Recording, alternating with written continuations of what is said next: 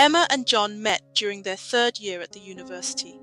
Emma, a psychology major with dreams of becoming a counselor. John, a business administration major aspiring to start his own company. They both shared their passion for faith and service. They connected at a volunteer event for campus missions organized by a renowned missionary in their town. They were grouped in the same counseling unit, and their responsibility was to encourage and disciple new converts after conversion. They later became close friends and shared dreams about their future with each other. One cool evening, as they were taking a walk, John told Emma that after much prayer and counsel, he is convinced that Emma is the woman he has been waiting for. He told her he would like to marry her. Emma had also prayed and received her conviction before that day, so she gave him a positive response the next day, and they both joyfully started their relationship. Their relationship grew quickly, filled with love, laughter, and a sense of destiny. They often spoke about how perfect they were for each other and how nothing could ever come between them. After their final exams, John planned an official romantic proposal under the stars at the very park where they had their first date. With fairy lights twinkling around them and Emma's favorite song playing softly in the background, John got down on one knee and asked Emma to be his wife. With overwhelming joy, she said yes. Their wedding was a beautiful celebration of love, surrounded by family and friends. The honeymoon was dreamy and full of adventure. But once they returned to their new apartment, the reality of daily life began to set in. Both started their careers, Emma as a counselor at a local clinic and John at a startup company. The pressures of work and daily responsibilities began to take their toll. Emma was often exhausted from emotionally draining sessions with her clients, while John frequently stayed late at the office, trying to establish himself at the startup. Their once effortless relationship started to feel strained. Their first major argument happened over something trivial, dirty dishes left in the sink. Emma felt unappreciated and John felt disrespected. The argument escalated quickly, revealing deeper, unresolved tensions. They sat in silence afterwards, shocked by how easily they had hurt each other. Emma decided to attend a marriage seminar hosted by their church. John was hesitant, feeling it was too early in their marriage to seek help, but he eventually agreed. The seminar was an eye-opener. Pastor Raymond, the speaker, emphasized that love was not just about feelings, but about commitment and sacrifice. He shared humorous anecdotes from his marriage, making the tough lessons easier to digest.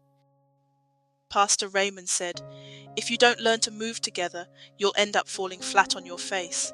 Trust me, I've been there. My wife still teases me about our first years of marriage." Despite the seminar's helpful advice, tensions continued to grow. Emma found herself feeling jealous of John's colleagues, especially when he spent more time with them than with her. On the other hand, John felt pressured to succeed quickly to prove himself and support their future family.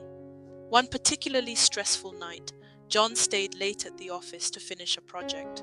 Emma, feeling neglected and frustrated, decided to surprise him with dinner. When she arrived, she saw John laughing with a female colleague. Her heart sank, and she left without saying a word. The next day, Emma confronted John about what she had seen. John, taken aback, assured her that his relationship with his colleague was strictly professional. Emma knew deep down that her husband was faithful to her and that the female she met in his office was just a colleague. However, she was annoyed that her husband could laugh so hard with a colleague when he does not have the time to create interesting conversations with her. Emma suddenly began to feel that she was the only one making an effort in the marriage. She saw John's late nights and professional commitments as evidence that he wasn't investing in their relationship. Meanwhile, John felt that Emma was overly critical and never satisfied with his efforts. One night, after another argument, Emma blurted out, "Why should I be the one to fix everything? I'm not the problem here."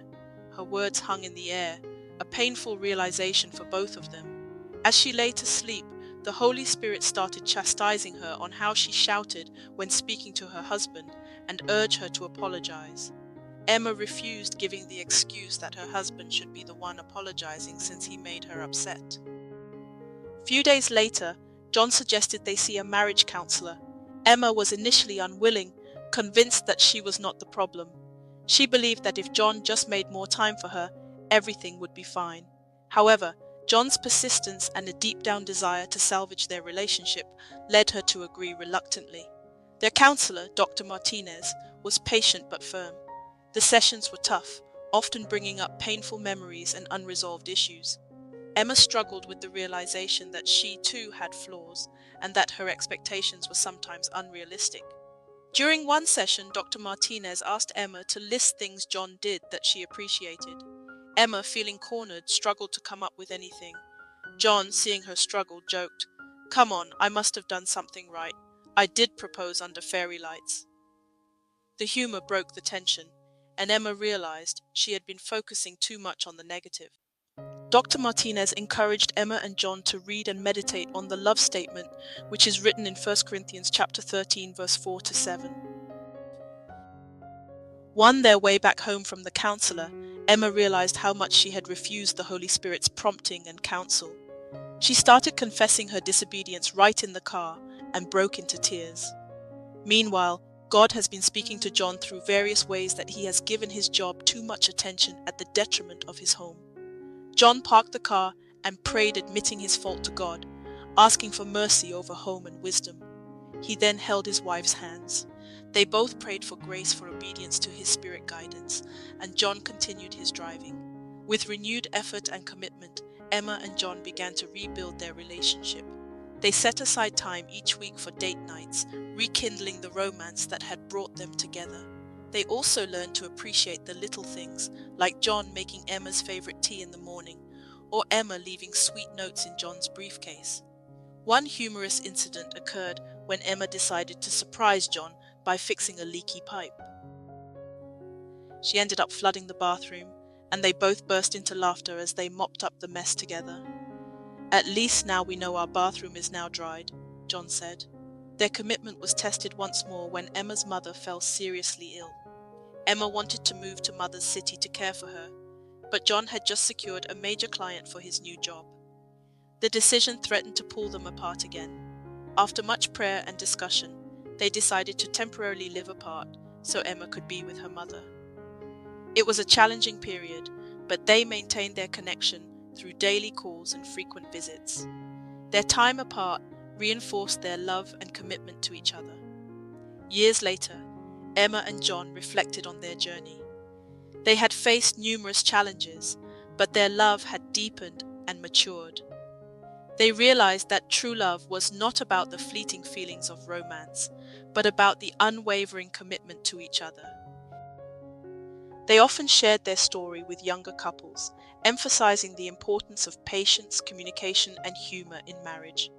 They shared that true love was not just about feelings, but about a steadfast commitment to each other.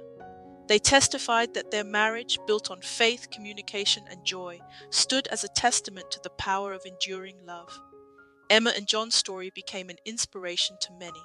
They read the love statement in 1 Corinthians chapter 13, verse 4 to 7 to each other frequently, and they prayerfully received the help of God's Spirit to walk by the words of this verse daily, not just to themselves, but to show others this God kind of love.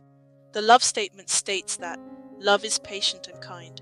Love is not jealous or boastful or proud or rude. It does not demand its own way. Love is not irritable, and it keeps no record of being wronged. It does not rejoice about injustice, but rejoices whenever the truth wins out. Love never gives up, never loses faith, is always hopeful, and endures through every circumstance. That is God's kind of love.